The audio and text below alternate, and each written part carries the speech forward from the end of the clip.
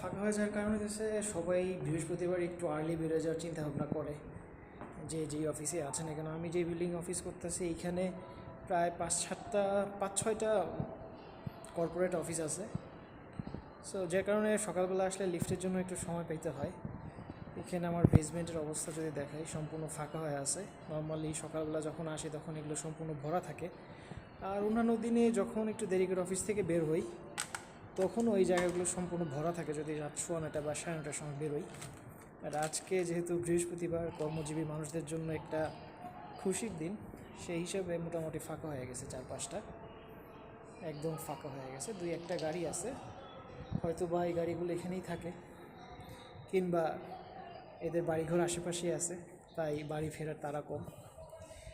আর আমার বাসাটা যেহেতু একটু দূরে, তো 2টা দিন বন্ধ, সপ্তাহটা বেশ ভালো লম্বাই গেল।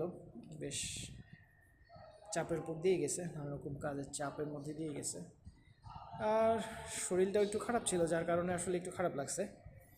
এনিওয়ে, জীবন এভাবেই চলে যাবে ইনশাআল্লাহ, আল্লাহ তাআলা যদি সামনে ভালো কিছু রাখে আর কি।